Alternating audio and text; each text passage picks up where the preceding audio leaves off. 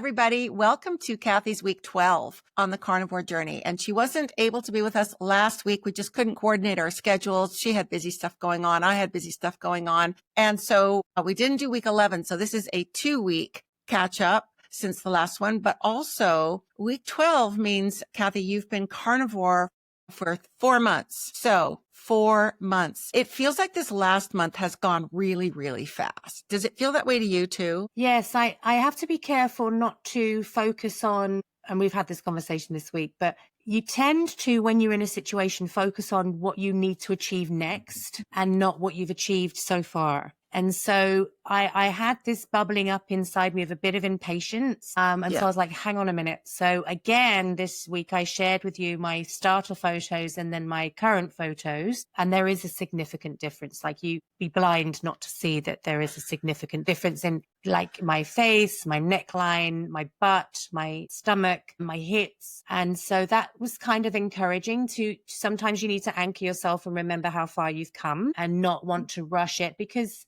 I was talking to a friend of mine the other day, and we've been friends for many, many years, and she knew I was going through health things. So I showed her the photographs, which she deleted immediately as per my request. You always send a message saying, I'm sending you some more photos for you to delete. Yeah, absolutely. And then, I said, you ready to delete some more photos? But, she said, losing weight is so hard because she has lost a significant amount of weight. I went, actually, babe, it's been so easy.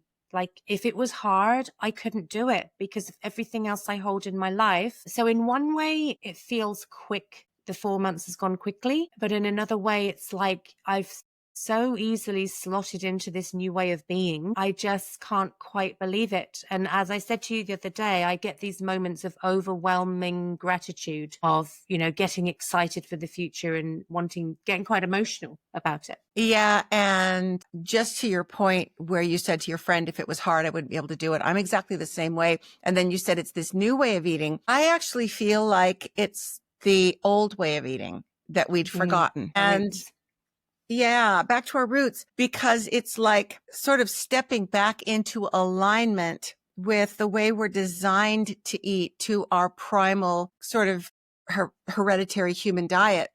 And then, because can you imagine, like, if eating a certain way would be hard for any animal, if they would do it, they wouldn't do it. Like, anyone who knows who's tried to put their cat or dog on a prescription diet of some kind, and they just, or switch your cat's food and things like that. So, I mean, food is so important to survival. It doesn't make any sense that it's hard to do something. And so all of the ways that we were trying to eat properly in the past were hard because we weren't actually eating properly.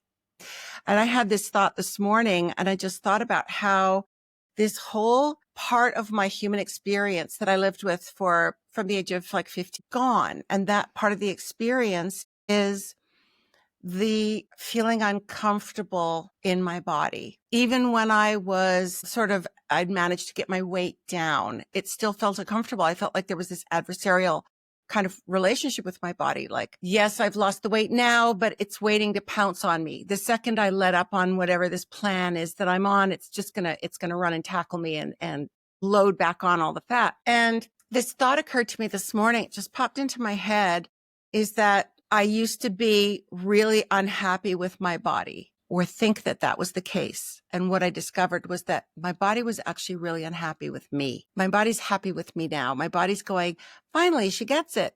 And I don't have that adversarial relationship with my body anymore. I feel like we're finally wanting the same things. I want to be satisfied. I want to have energy. I want to enjoy eating.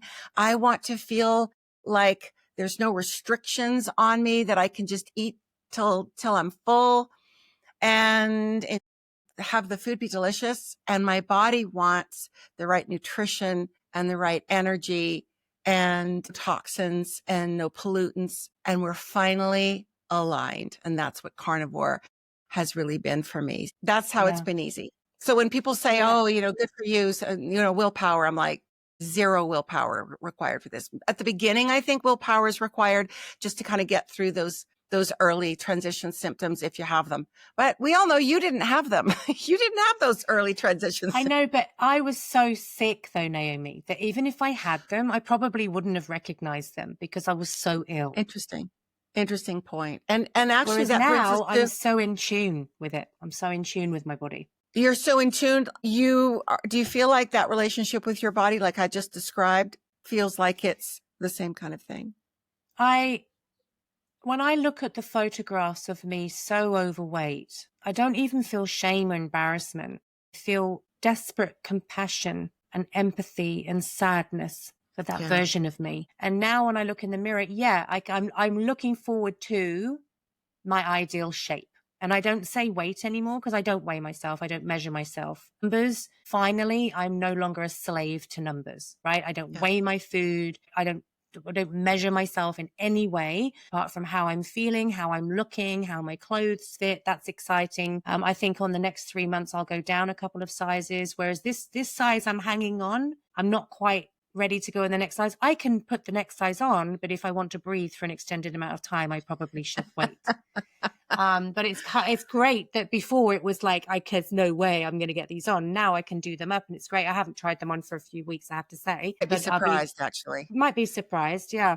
But I look at my body now, even though it's still a work in progress, and I think, thank you for carrying me. Yeah. Thank you for sticking with me. Thank you for your patience. I'm so proud of you. I'm so pleased for you that you're now in this rhythm of harmony and peace, because never before have I internally felt such an amount of peace. And vegetarian for 10 years. Like, I'd never in a million years believed that. And I was having lunch with some girlfriends last week after a massage. You've seen the photographs. My hair's crazy. And I went to have lunch and they were asking me just out of curiosity. I mean, they're both very slim and they've got no particular health issues to my knowledge. And they were just saying, oh, of course you don't eat carnivore now, don't you? I said, yeah. And it's become such an easy thing for me now. I don't worry about it. I don't feel embarrassed about it. I don't feel like I need to hide it. It's just my choice for my body, and that's good for me. And so they were asking, and one of my girlfriends was saying that she had watched some kind of program, and this, I believe, vegan, a very popular vegan, had been on this journey of wherever she was going, some traveling. And really the place that she went, it was very limited eating. And one of the things that was there was fish. And she was a vegan. So she was like, this is a problem for me. And she said, where has this fish come from? Is it ethically sourced? Because she's got those concerns, which is perfectly fine and respectable. And the guy said, it's from that pond over there. Like it's a hook and line. And that's where we get it. It's really fresh. That's there. And so she decided to have some. And she said when she ate the fish, it's like her brain switched on. She said something happened in her brain and she went, whoa, what is happening right now? And I said, that's really interesting, because I said, one of the things that my Canadian friend, is what I call you, has said to me throughout the carnivore journey is that we're feeding our brains finally. Our brains feel like they're being supported and you can get rid of the brain fog and you're not in that. One of my things is emotional stabilization. So I would have responded beautifully and professionally, but after I'd been through the turmoil of emotions, right? After I'd processed it and worked through it. Whereas now I just show up a lot more steady, a lot more calibrated, a lot calmer. I don't have that feeling of chaos anymore. Were these two friends that you had lunch with just standard Australian diet? Do you know? Well, I would say if we're the old way of being healthier, like one of them had a lamb salad, the other one had salt and pepper squid, but they're both pretty healthy and slim and, doing pretty well. But yes, I would say I wouldn't say they eat a lot of junk food. Oh, yeah. Okay.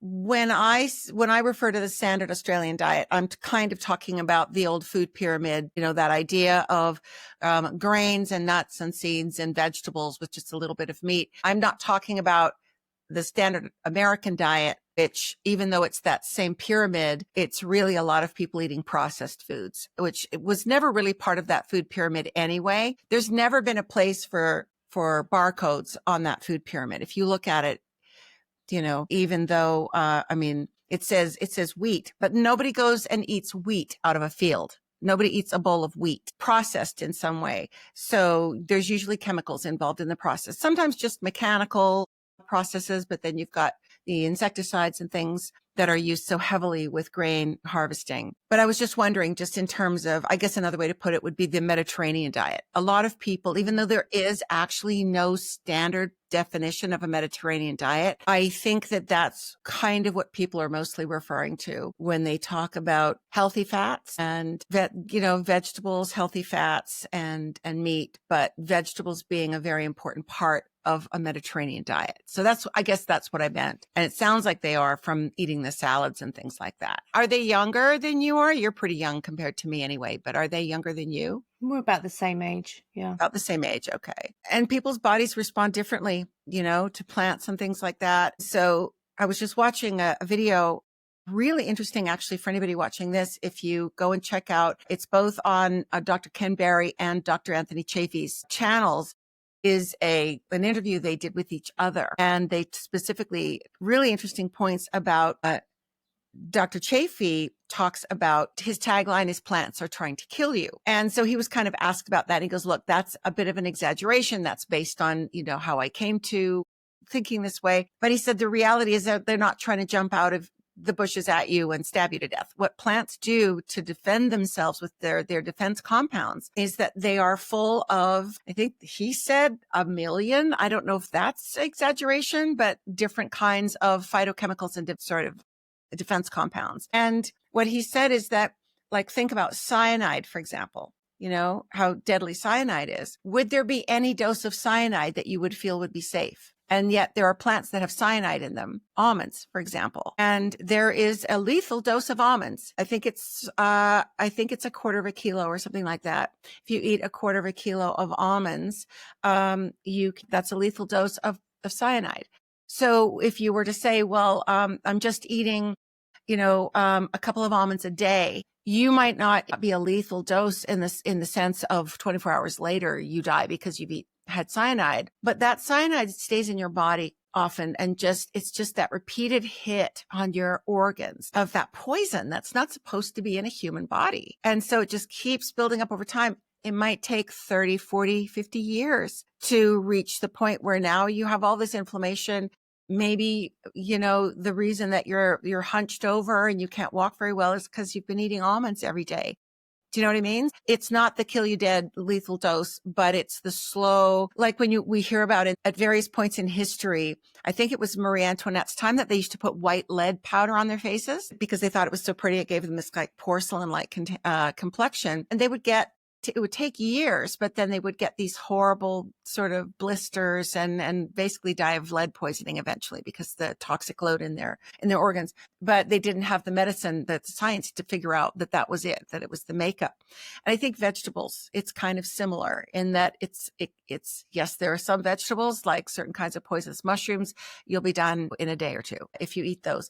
But then there are a lot of other vegetables that we consider healthy that actually have a cumulative negative effect on our bodies. But I wanted to ask you, because we didn't talk about it, I didn't see you last week and we didn't talk about it the week before. It is November 17th as we record this right now. And your gallbladder surgery, which had originally been scheduled for the end of September, you had moved it to the end of November. So why don't you just do a quick recap for anyone who hasn't seen the other videos just about that gallbladder situation, why you had scheduled surgery, what you were experiencing, and what's happened now. Okay, so years ago I started having pain, and just, I suppose us as women particularly, well, and some men as well, because of the fullness of our schedules, we go, oh, ow, that hurt, and we carry on. Oh, that hurt, and we carry on. And so after a while of having that experience, I thought, maybe I should just get this checked out. Like, this is not normal. Do you know what I mean? This is not normal. And so I went and got it checked, and then I went for a scan and found I had 2 or 3 very large gallstones. And then I think, like what you were saying about the accumulative nature of food, I think that's why we hit a certain age and our body goes, enough. I can't do this anymore. Like in our youth, we haven't had the time to build up those toxins so we can tolerate it better. And then it gets to a point where our body's like, we just don't want to do this anymore. And for me, that was my gallstones, that was my weight, that was my inflammation. my heart, my blood pressure, everything just went like out of whack. And as you know, I was very, very sick, and you saw me after a couple of years, and you said you jolted when you saw me, like didn't look like myself. And when I look back at the photographs, it looks like my face is going to explode. Like it was so swollen. And I was very heavily overweight, and I just felt like this is my life now. I'm doing everything the doctor told me to do. It's not making any difference. I was literally having 2 weight loss shakes and a salad every day, as per the doctor's recommendation. And it wasn't doing anything for me. I felt weak. I felt tired. I felt sick. I felt miserable, because that's not a great, I mean, I loved salad, but 2 shakes is not my idea of meals. And I got to the point where my gallstone attacks, which were horrific, like And anybody. you've given birth to 5 children.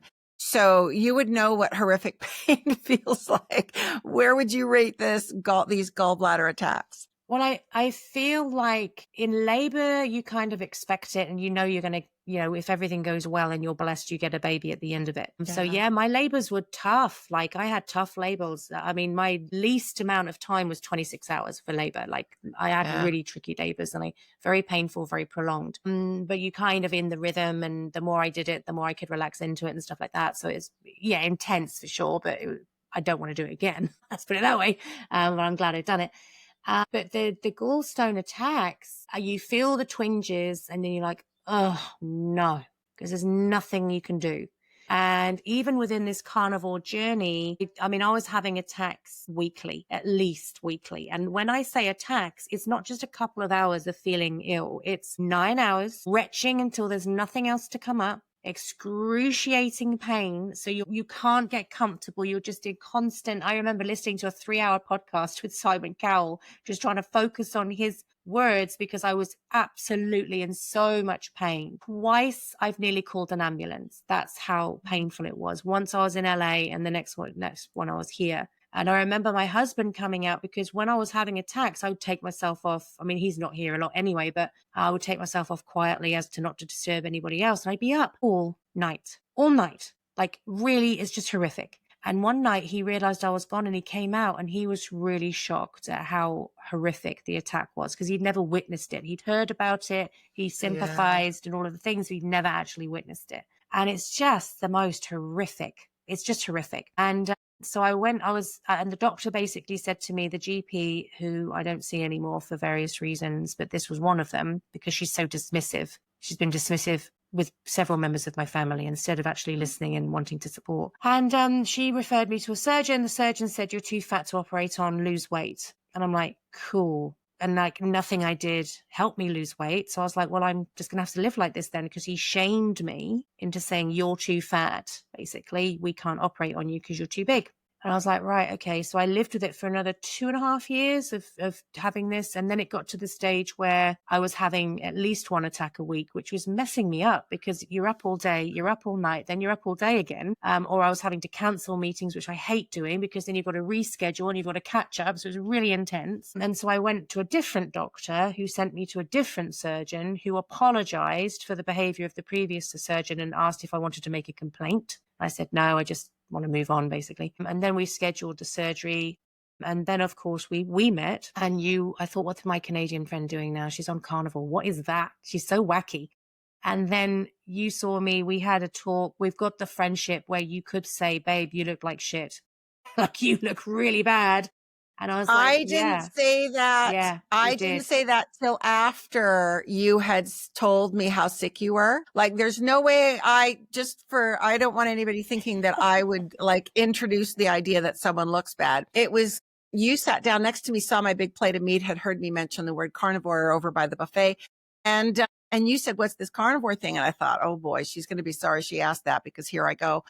And I just went off, it's this, it's this, it's that, it's this. And I named a bunch of conditions, including like gallbladder, autoimmune, on and on, da, da, da. That's it. And I didn't know any of that. I knew you looked shockingly unwell. And so then you said, well, I've got autoimmune, I've got this, I've got that, and high blood pressure, and I have to have my gallbladder out. And it was, and then I said, well, you know, I'm going to send you some videos, et cetera. I said to you when we talked, I think it was we talked a couple of days later when you told me I've started Carnivore, and I went, that's too soon. You haven't watched all the videos I sent you. You haven't spent like 6 months researching. You don't have a Carnivore coach. And I was like, no, it's going to be bad. And you went, no, I'm jumping straight in. I admitted to you then. Yeah, you looked really sick when I saw you. I said, I just want to make sure nobody out there thinks that I said that to you before you told me how sick. We've got the friendship, guys. It's fine. This is how but close I still we would are. never. We wouldn't have a friendship if I was the kind of person, I think, that would just volunteer. You look terrible. I don't think I would say that to somebody unless they were saying, I feel terrible, but I don't know if it's my imagination. Yeah, I'm going to go, it's not your imagination. Anyway, continue. But we met and. Yeah.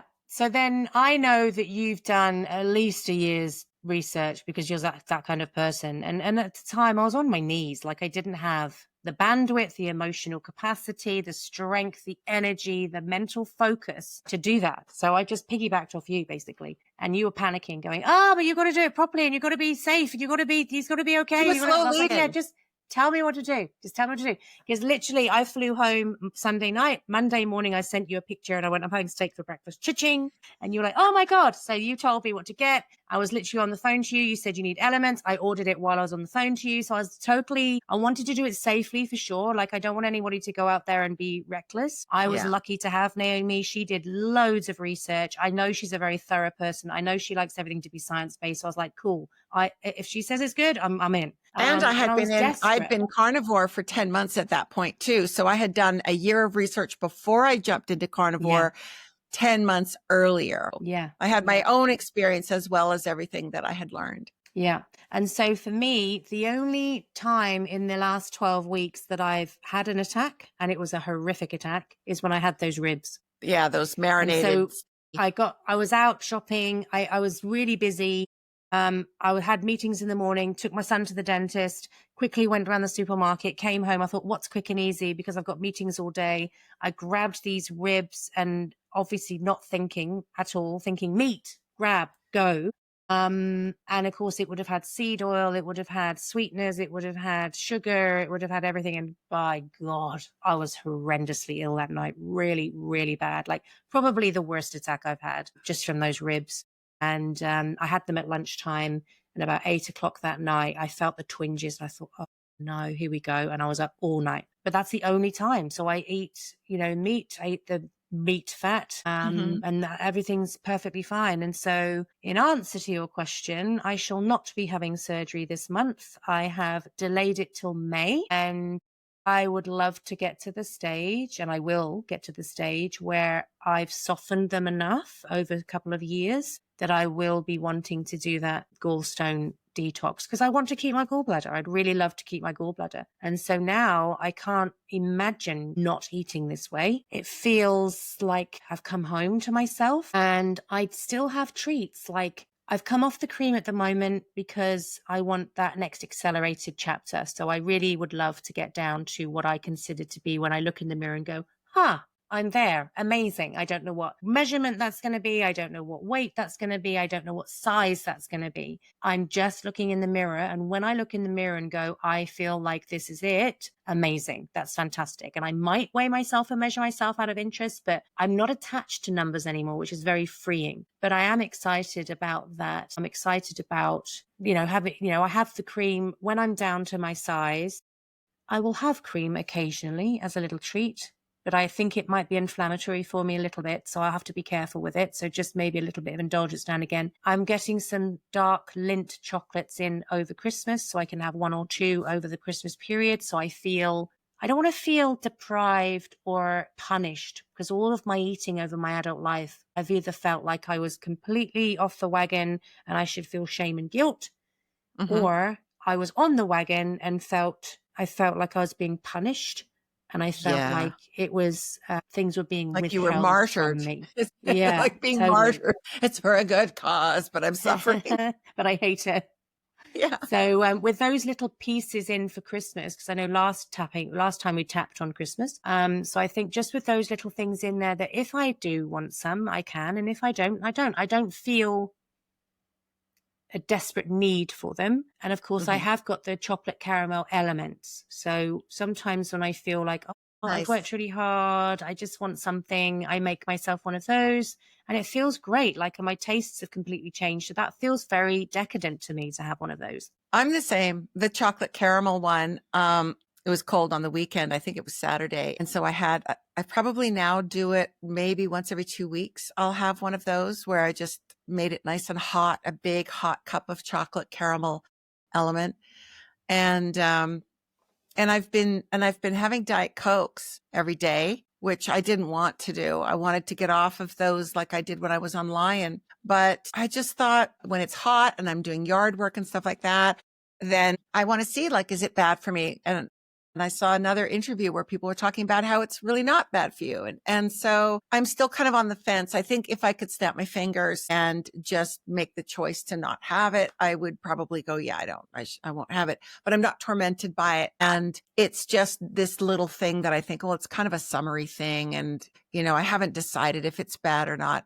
But what I have noticed, I had some wine with a friend on Saturday night, and it was really delicious. And I did all of the things to make sure, and it was biodynamic. I mean, really, as kind of healthy as wine can be. And it had been after a very, very hot day too. So it tasted really refreshing and everything. It was white. I had a big thing of Element before I went to sleep. I also had some aspirin, some Dispirin, because that helps you not get that dehydrated.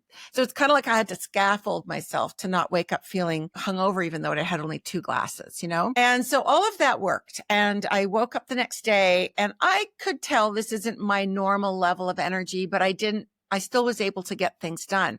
What I did notice, the pain coming back. Yeah. Instant body feedback, inflammation. And so I think I'm at the point where I can tweak one thing. So the Diet Cokes hasn't done that.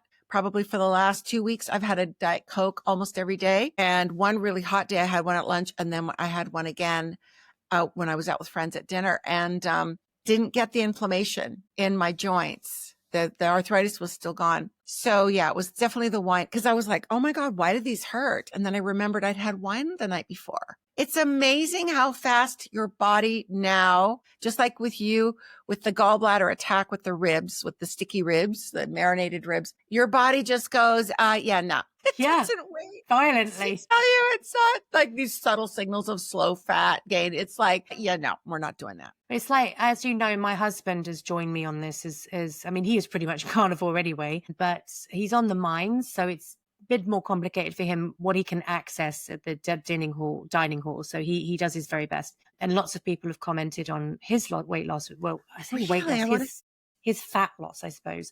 And he has trimmed down significantly. So we're both on a great journey. But it was interesting because we had all of the kids home. So that's 9 of us for lunch. And Ian loves to cook for the family. So he puts the music on, he's got his glass of wine, he cooks everything, he loves it. And I love it because I will cook and I'm a good cook, but it's not my passion. I'm happy with that.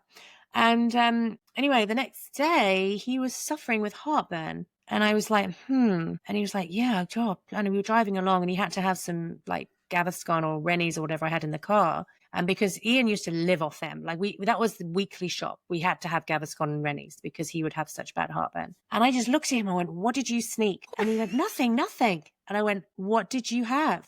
And he went, I had a small bowl of rhubarb crumble. I said, that's it. Because I said, it's going to have sugar. It's going to have flour. It's going to have all of those things. That's why you're suffering. Yeah. And rhubarb. Rhubarb. Yeah. Acidic rhubarb. So I was like, I mean, look, I'm not the food police. Like, I don't enforce my children onto carnivore. I didn't enforce them onto vegetarian. I don't, but I was just like, because he was moaning, like, what did you have? And then he was like a schoolboy went, I just had a little bit of thing. I said, well, that's interesting though, because I feel like before when he was popping Rene's like they were candy, I don't think you'd have noticed. Like you were so used to that tolerance of that feeling that it wouldn't have even occurred to you. But I said, this is a really great indication of how clean your body is now used to feeling because you snuck a little bit of rhubarb crumble and it's really affected you. So I said, that's really interesting. Wow. I was going to ask you a couple of weeks ago when I saw you we did our last check-in. how he's going with it. And 2 questions. So you've answered the first question, which was just how's he going on it? And does he have before and after pictures or before and during? I have somewhere a photo of him at his heaviest. Yeah. And so we will be able to do a comparison. So it wasn't immediately before Carnivore, but that's kind of the worst that he got. Yeah. And then again with him, and especially with his work regime, like on the mines, it's pretty intense. It's very busy. It's 7 days a week, 12 hours a day. And then he goes to the mess hall and has what he can. And he's trying to do Carnivore as cleanly as he can. But Ian's always been good at this fact that it will work for him. Like he could have, if one night he has to have chips, it won't have a massive effect on him. Like he'll still, because he doesn't have 20,000 steps a day. Yeah. No, but what I mean is, like, I think just on his body, I think his body's more tolerant than my body. And so he would be able to do that. But like he's walking 20,000 steps a day. Like that's his job. So, I mean, that's really good that he's active. But yeah, I mean, he's had a lot of people comment. And the other day I was on the phone to him and it's really funny because he's 2.5 hours difference to me in time. And that doesn't sound like a lot, but actually when I've been up since 5:30, 6 o'clock in the morning and I'm waiting to go to bed because I'm really tired, it actually makes a big difference because when he finishes work, he has to go and get his dinner and then. So, and I'm like, I can't stay awake much longer. Like we need to talk soon. And so he was talking to me whilst he was carrying his washing down to the laundry to have it overnight, get it all freshened up. And he was swearing. I won't say what he was saying, but he was swearing. And I said, what is going on? And he went, oh, my shorts keep falling down. And I went, are you showing your bicycle rack? I said, that's very rude indeed. So that's kind of an indication that he's losing his waistline because his shorts don't fit. And my second question is, does he, when you go 3 weeks without seeing each other and then he comes back for that 1 week, a month, that's the kind of time span where he would really notice a difference in you too. Has he commented or just indicated that he sees that? TMI, too much information, but it's mainly what he feels rather than what he sees. Which, no, I mean, that's fair enough too. Yeah. Yeah. So he'll be like, oh, your tummy's gone down or whatever. But I mean, I was even having a shower the other day and I was washing as I normally do. And I thought, oh, my boobs are smaller, they're lighter because I realized that as I was washing, because it's not something you're busy in life. You don't go around consistently checking yourself. But I did send him the photographs of the, before I started and then 12 weeks in. And he was like, holy shit, babe, that's a significant difference. I was like, yeah, it is. And you do forget because you tend to look at, the next bit I need to lose. You're looking in the mirror going, that's what I need to lose next. You know what I mean? And you do forget your progress. It is kind of nice and it kind of spurs you on as well. Thinking, I wonder if I could be in my jeans the next time I see him in the smaller jeans. And I wonder if this and I wonder if that, because that is kind of nice that he doesn't see me. Another one is my daughter, because she's moved out. So she sees me less than the other children. And she has no boundaries. So I'll be in the shower. She comes in, sits on the toilet, talks to me. And I'm like, oh, hello. And she's like, I don't care, mum. And so she'll chat and she will say, oh my God, mum, like your bum's gone down or this, or as you know, my 8-year-old the other day when I was trying to get changed, she went, your boobs are shrinking. I was thankful to tell you. So, so that's kind of nice. I haven't had many people comment on my appearance. So that's interesting, whether that's not something they look at when they see me or whether there hasn't been a significant change to be noticed. I don't know. They might notice that you're looking more well. For example, like I have friends who, if I would grumble about like, I'm feeling so heavy, overweight and stuff, in the past, they would say things like,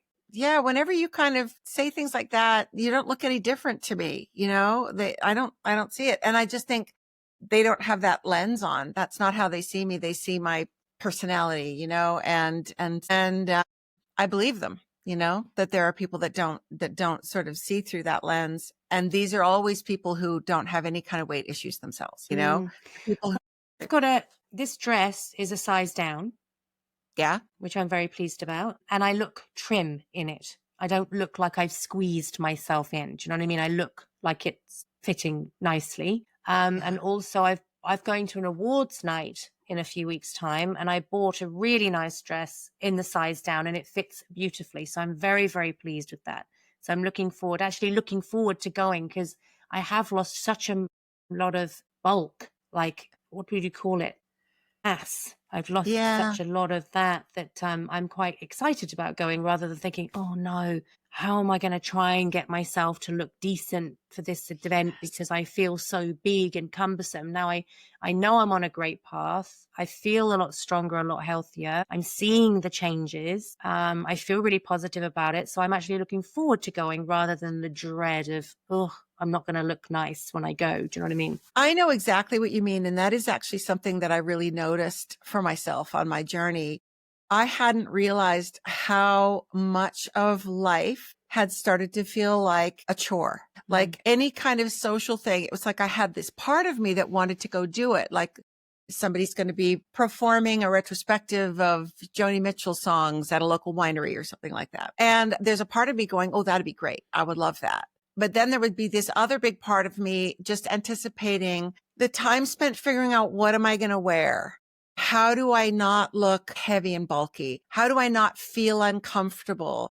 Am I going to overheat or be cold, or will my shoes be comfortable? Because just all of these different things about feeling uncomfortable and feeling discomfort in my body were playing on my mind. If not consciously, they were definitely playing in the background. And so I didn't have looking forward to something anymore. I would do it and think, oh, I want to do that. That's something I want to do. I'll say yes to that invitation, or I'll get the tickets and get a group of people together or whatever, because that's what you do. Because I'm not a total, I'm an ambivert, actually. I'm not an introvert or extrovert. I'm kind of both. So the part of me that's the extrovert goes, I'd love to enjoy that with my friends. Let's all go and do it.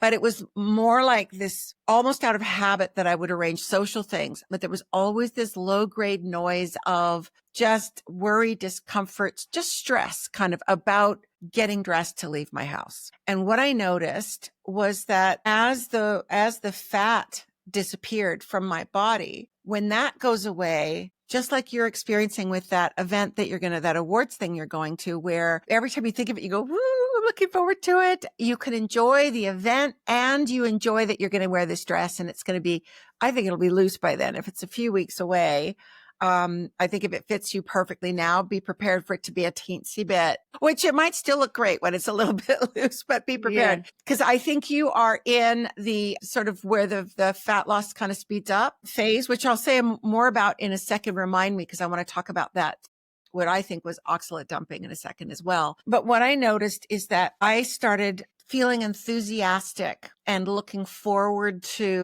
so many things, like, oh, let's friends saying, let's go to the pub tonight and there's open mic night, or, let's just go and meet and have a glass of wine. Well, I, 9 times out of 10 wouldn't have a glass of wine. I would just, even if I say I was going to have a glass of wine, I'd get there and go, nah, I actually don't really feel like one. This is going to be one of those times where, the usual, where I just do the sparkling water or something like that. So even just something simple like, someone saying, come over to my house and let's hang out and have a chat, or, whatever, kill some time, catch up on my latest thing that's going on. I'd be excited because I didn't have, I've got to put clothes on. I've got to put clothes on and leave the house. Seen. I will be seen. Will they be done up? I'll be like this. So there's that. So there's that feeling of enthusiasm, and just nothing's holding me back now from just jumping into life. And I didn't realize that had actually been a condition I was living with. So that was a huge benefit for me. The other one was, there was a moment where I was in the shower and I was like soaping up and everything. And I went, there's less to wash. I'm saving so much money on body wash and time. Because, the actual sort of real estate of my body is there's a lot less of it. So it's easier. But the other thing is, I started doing this thing. I think I freaked out my unconscious a little bit. For about a month, I started doing this thing where I would just be noticing multiple times a day how light and slim I am. That my thighs are really slim, or that my stomach's really pretty flat now. And when I've got collarbones and things like that. And I would go to do something that I had done a million times before when I was sort of 18 kilos heavier. And I would just go, I am so skinny. I love that. Yeah. I just started going, so skinny. And it wasn't an affirmation. It was an observation. Yeah. As opposed to previously where it was all day long. Oh, I'm so fat. Oh, I'm so fat. I'm so fat. Like get up out of a chair and it's kind of hard. Oh, I'm so fat. Having to put a little teak stool in the shower so that I could sit down when I, wash my feet and things like that. Oh, so fat. So, that's been really great. I think it freaked out my unconscious because it's so not normal for me to just be constantly observing. I'm so skinny in a delighted kind of way. I think my unconscious almost felt a little like my identity was threatened a little because I've always felt like I was a big girl because I was tall from I was basically fully developed by, age 12 and, or 11 actually. And I was this 5'8", and I looked like a grown up when I was 11. Yeah. For anybody watching, if you know those kids, if you've ever known one, or maybe you were one, that's what I was. I was like this. My nickname for a period there was woman. That was my nickname in primary school, was woman. So you told me, I think it was about a week ago, you sent me a text and you told me about something going on with your skin. Yeah. Yeah. So basically, I've had a big breakout of what I can only describe as acne, which I've never had before. And it's very it's covered with makeup at the moment. But when it's raised, it's very red. It's very angry. It's very itchy. And I was like, this is weird because even as a teenager, I had spots, but I didn't have acne. That's a different level. And it's quite intrusive. It's very, very itchy. It's okay at the moment, but it has been very, very itchy. I think it's calming now. And so I'm like, So I started ChatGPTing why might this be happening? And I think it's really useful to do that because instead of derailing you, it gives you this is a really important phase. This is what's happening in your body. It means you're just about to go into this phase, which is really exciting. So, and then I was sending you screenshots of what I was doing to keep you in the loop of where I am. And so that's, the oxalate dumping sounds like what I'm going through right now is that my body finally trusts me and has gone, okay, this is the way we're doing now. This is the way we're being. It's been 12 weeks of consistent support. I'm being fed and nourished. We're now changing our fuel system. So I feel like that's sort of like my body's going, okay, I'm going to trust you now because you've actually damaged me before, but now I'm starting to trust you. And so I can start releasing this stuff because we're in a rhythm, So although it has been not painful, but it has been a real irritant for me. And it obviously doesn't look very nice. It's not very attractive. It kind of softened it to know I'm in this really critical phase now, which is really exciting because it should accelerate then my fat loss and all of that. So I've actually cleaned up even more on my eating. So I've stopped eating. Well, I say that. I did have a sausage yesterday because I was starving. I was really hungry for some reason. So while my steak was cooking, I did have a sausage, but they were very good quality ones that I've had before with no reaction. Mm-hmm. But other than that, I've stopped having bacon and eggs or sausage and eggs for breakfast. I'm literally pretty much lying. So it did say to stay off the pate because it's full of histamine. But I had just bought some really expensive pate. So I'm finishing this one first though, because that was really expensive. So I had that pate. I've had prawns, but I am pretty much going on lion now. As I said yesterday, for whatever reason, I did have the sausage because I was really hungry, but I'm pretty much lion. So I'm not drinking coffee. I'm not drinking cream. I'm not having eggs. I'm not having bacon. I'm not having sausages.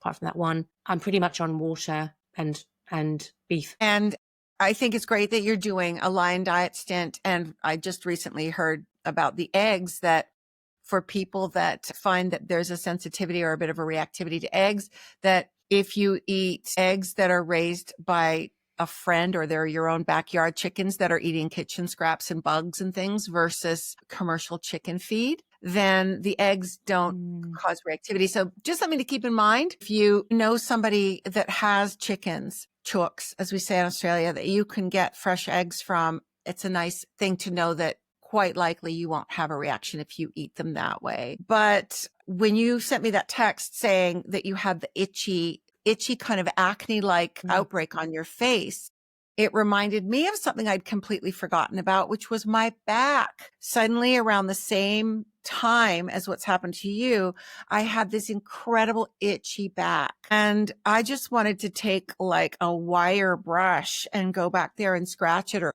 or make a sandpaper back scratcher or something. And then I learned that it was a symptom of oxalate dumping. And so it's kind of interesting that, it's like fractals and kind of like mirrors of the experience of carnivore at the lifestyle level. Is I have sort of habitually had multiple sizes of clothing. And when I've lost weight, I still keep the bigger sizes because I never know.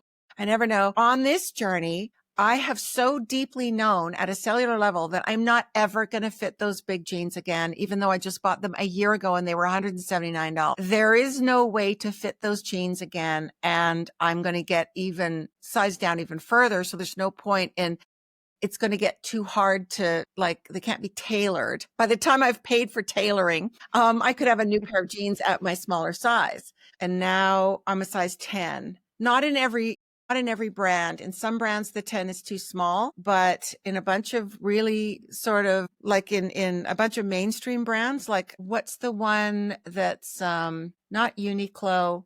Zara. I'm a Zara 10 and a Seed 10. So I'm not going to take a pair of size 18 jeans, even though they're like a year and a half old, and pay X number of dollars to get them tailored down to a size 10. By the time I've been charged for that, there's absolutely no point. But to the point I was making is that on this journey, I now know that I will have no room in my life for a size 18 jeans or 16 or 14. I'm holding on to the 12 still because even though they're a bit loose, I need pants. And sometimes you don't wear the thing that fits you perfectly, but it can be a little bit big because something's in the wash. So I've taken those to op shops and they've looked at them coming in the door and go, wow, okay, great. Because these are brand new. These are, really good. In the same way your body does the oxalate dumping after the 12 weeks of eating this way, eating this carnivore way, it's like the oxalates are those larger sizes in a way. It's your body didn't trust that it was really time to get rid of all of that. And then all of a sudden, it's like that moment when I went around and collected everything that was too big and I took a giant carload to the op shop, and your body does the same, keeps the oxalates and goes, how do we know they're not coming? They're all more oxalates are coming back in, We've had what I call text blasts, you and I. So I'm like this, and you're like this, and you're like this, and it's going rapid fire. And one of the things I was sharing with you was I've got so many clothes. It's ridiculous. I've got clothes from size 10 to size 20. Like I've got loads and loads of clothes, and I've never got rid of them because I did feel like a whisper that one day you'll do it. One day you'll do it. And then I want to go through all of them because I've got some really nice clothes. And then I can go, doesn't suit me anymore. It's not my vibe anymore. Get rid of it. Or this is big and I don't need that anymore. And so I'm really excited. I think I'm going to take your advice and start going through it this weekend with the girls because they're coming down. So let's go and do the big sizes and get rid of some of them because I've got so many clothes, not in just in my wardrobe, in suitcases, in storage. Like I've never got rid of anything because some things are quite vintage. So I'm really excited about that. And the other thing I'm really excited about is I'd love to get my wedding ring back on because I haven't got my wedding ring on. But here's the thing. For the first time ever, I actually believe it's going to happen. Yeah. At every level, you believe it. Yeah, like I'm excited. I don't know when it's going to be, but I'm excited at going into a store, seeing an outfit or a dress or an item of clothing that I actually love and am magnetized to and go and pick it up and try it on rather than find the size section and go, what can I get away with in this? Like, what can I wear in here that doesn't make me look like I'm 80? Yeah. Right? And what can I do here? And it's not a great experience. I avoid shopping because of it. So I'm really looking forward to being able to go shopping and go, oh my God, I love that dress. Let me try it on. It fits. I'm getting it. Do you know what I mean? It's a whole different experience. It is. It becomes a creative experience. And so next time I see you, you will have had that weekend with the girls where you've gone through, open everything up, get rid of everything that's too big.